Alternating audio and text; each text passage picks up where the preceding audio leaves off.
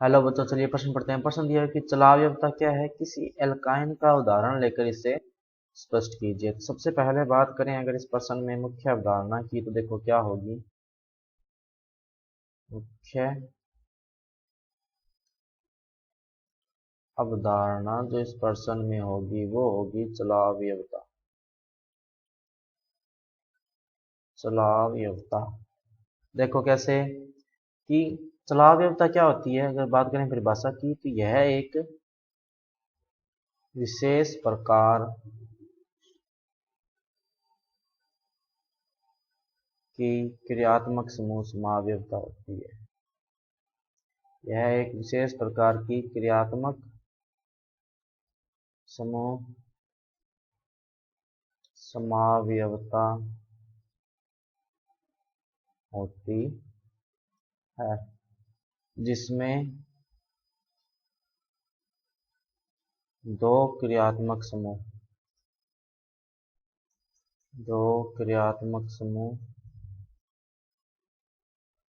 गतिक साम्य में होते हैं। गतिक साम्य में होते हैं, परंतु इन समूहों को अलग करना संभव नहीं होता।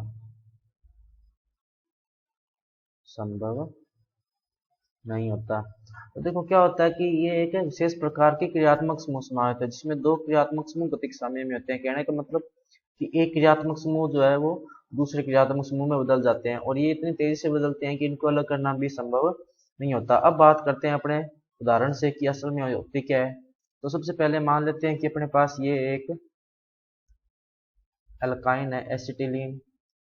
इसके साथ OH समूह जुड़ा हुआ है इस तरह से। तो ऑक्सीजन की विद्युत ज्यादा है, तो ये इलेक्ट्रॉन ले लेगा अपनी तरफ, और क्या आ जाएगा, Hc triple bond C O पर माइनस, H पर प्लस, ये होगा।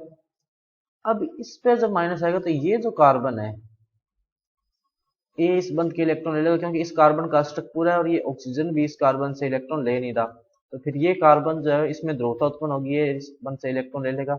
इसके कारण क्या आ जाएगा, इसके ऊपर तो ऋणावेश और इस कार्बन के ऊपर धनावेश।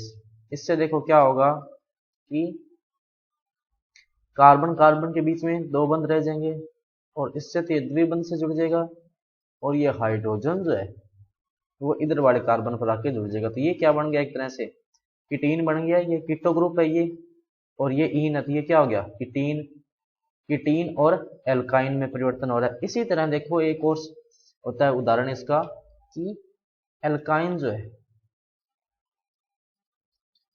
इसका जब जलयोजन किया जाता है H2SO4 HgSO4 और की उपस्थिति में H2O जब होता है, इससे देखो क्या बनता है, HC double bond C H, यहाँ पे H और यहाँ पे OH।